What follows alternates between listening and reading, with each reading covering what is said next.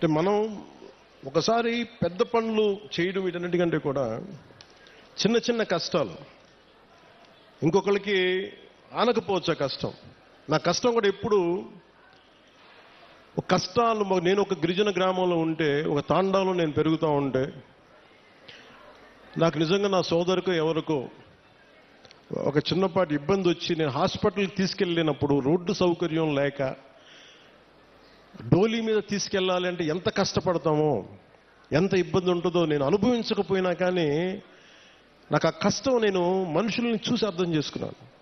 అందుకనే మనం రాగానే ముఖ్యమంత్రి చంద్రబాబు గారు దాదాపు 49 కోట్లు ఇస్తే వెంటనే మేము చేయగలిగింది ఏంటంటే, వెంటనే ఈ మన అనంతగిరి మండలంలో ఒక పర్టికులర్ గ్రామానికి వెళ్ళి అక్కడ సకాలంలో పొలంగూడ గ్రామానికి, మనకి శ్రీకాకుళం జిల్లా కొత్తూరు మండలం గొట్టుపల్లి నుండి పొలంగూడ గ్రామానికి నూతనంగా కొత్తగా బీటీ రోడ్డు నిర్మాణం చేపడితే మొదటిసారి ఆ గిరిజన గ్రామంలో అంబులెన్స్ కూత వినిపించింది. అంటే సకాలంలో సరైన సమయానికి అంబులెన్స్ రావడంతో ఒక గిరిజన గర్భిణీ మహిళ సకాలంలో ఆసుపత్రికి చేరి ఒక ఆరోగ్యవంతమైన శిశువుకి, ఒక బిడ్డకి జన్మనిచ్చింది. ఈ రహదారి ద్వారా 6 గిరిజన ఆవాసాల గ్రామాలకు చెందిన 1260 మంది డోలీ మోతల నుంచి విముక్తి పొందారు. ఇది ఒక అద్భుతమైన ఒక 10,000 మందికి పనిచేసేది కాకపోవచ్చు, ఒక డబ్బులు రాకపోవచ్చు, ఓట్లు రాకపోవచ్చు, దానివల్ల ఆదాయం డబ్బు ప్రభుత్వానికి రాకపోవచ్చు, కానీ మీ కష్టంలో మేము ఉన్నాం. మా కూటమి ప్రభుత్వం ఇది మంచి ప్రభుత్వం, ఆ ప్రభుత్వాన్ని కూడా నేను వాటన్నిటికంటే కూడా మీకు అండగా నిలబడే ప్రభుత్వం కూటమి ప్రభుత్వం. నేను ప్రత్యేకించి ఈరోజు మిమ్మల్ని కోరుకుంటుంది, 2018లో నేను ఇక్కడ తిరిగాను పోరాట యాత్ర. అప్పుడు అన్ని కష్టాలను చూశాను. ఎందుకంటే నేను కార్యకర్తలకు కూడా, జనసేన నాయకులకి, జనసేన కార్యకర్తలకు అప్పటికీ చెప్పాను, ఇప్పటికీ చెప్తున్నాను. అలాగే మన కూటమి నాయకులందరితో కూడా నేను ఈ భావాలని పంచుకుంటా ఉన్నాను.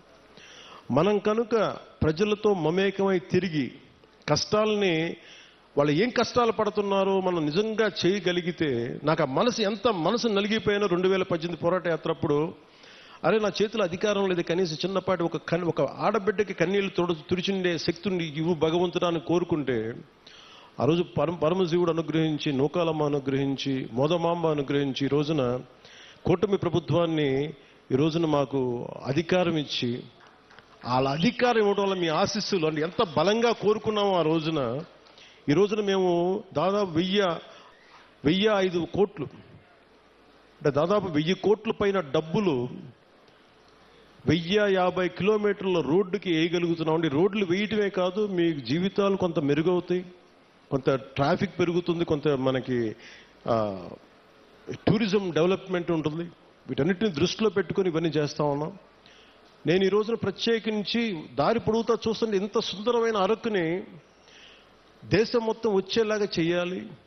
అలాగే ఏం చేయాలని కూర్చోబెట్టి టూరిజం శాఖ మంత్రివర్యులతో మాట్లాడతాను, శ్రీ కందుల దుర్గేష్ గారితో, గౌరవ ముఖ్యమంత్రి గారితో మాట్లాడతాను, సంబంధిత జిల్లా అధికారులతోటి, కలెక్టర్ గారితో మాట్లాడి మీకు అభివృద్ధిలో ఇక్కడున్న యువత గంజాయి వైపు కాకుండా మీరు టూరిజం వైపు వెళ్ళాలి, సేవలు, మీరు సర్వీస్ సెంటర్స్ పెట్టుకోవాలి, ఇక్కడ కూర్చోబెట్టి చిన్న హోటల్స్ నడుపుకోవాలి. మీకు ఏదైనా స్థలాలు ఉంటే మీరు అక్కడ కూర్చోబెట్టి కొంచెం ఓపెన్ క్యాంప్స్ పెట్టుకునేలాగా, 10 డబ్బులు వచ్చేలాగా, కొంతమందికి వృత్తి ఉపాధి వచ్చేలాగా ఖచ్చితంగా కృషి చేస్తాం. అలాగే ఇందాక కలెక్టర్ గారు మాట్లాడుతా, ఇప్పటికీ 2,25,000లో మన కాఫీ తోటలు ఉన్నాయి. ఇంకో పట్టులకి జిరాయితీ పట్టాలు కానీ, లేదంటే పోడు పట్టాలు కానీ కలిపి ఇంకొక 1,00,000 పైన మేము ఎకరాల్లో కాఫీ తోటను సాగు చేయాలనుకున్నాం. దీనికి కాఫీ తోటలు పెంచాలంటే ఎత్తైన చెట్లు, వృక్షాలు కావాలి. అందుకని ప్రత్యేకించి అలాంటి వృక్షాలు పెంచాల్సిన చోట దాన్ని ఈ మనకి ఉద్యానాలని పెంచే దాంట్లో జాతీయ ఉపాధి హామీ పథకానికి, ఆ పథకం దీని కింద వర్తిస్తుందని అడుగుతారు. ఖచ్చితంగా దాన్ని పరిశీలించి, ఇక్కడ అంటే నా భయం ఏంటంటే, ఒకటి సిల్వర్ ఓక్ ఎప్పుడు కూడా వల్నరబుల్ టు ఫారెస్ట్ ఫైర్స్, అంటే ఎక్కువ మంటలు రగుల్చుకునే అవకాశం ఎక్కువ ఉంటుంది. అది స్థానికమైన చెట్టు కాదు.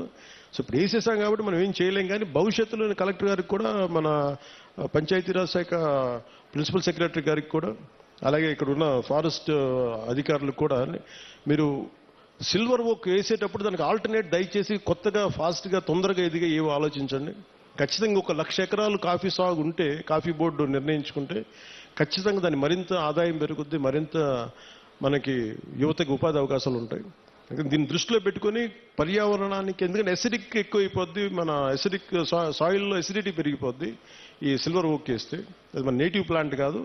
అందుకనే పనస కానీ మామిడి కానీ ఇంకా తొందరగా ఎదిగే మొక్కలు ఏమున్నాయి, వీటన్నిటి వృక్షాలు ఏమున్నాయి, వీటిని దృష్టిలో పెట్టుకొని ఖచ్చితంగా కలెక్టర్ గారు అడిగిన ఈ ప్రతిపాదనని ముందుకు తీసుకెళ్తాం. ఖచ్చితంగా 1,00,000 ఎకరాల్లో కాఫీ తోటని ముఖ్యమంత్రి గారు తెలియజేశారు. ఖచ్చితంగా దీన్ని సాధిస్తామని మీ అందరికీ తెలియజేసుకుంటాం.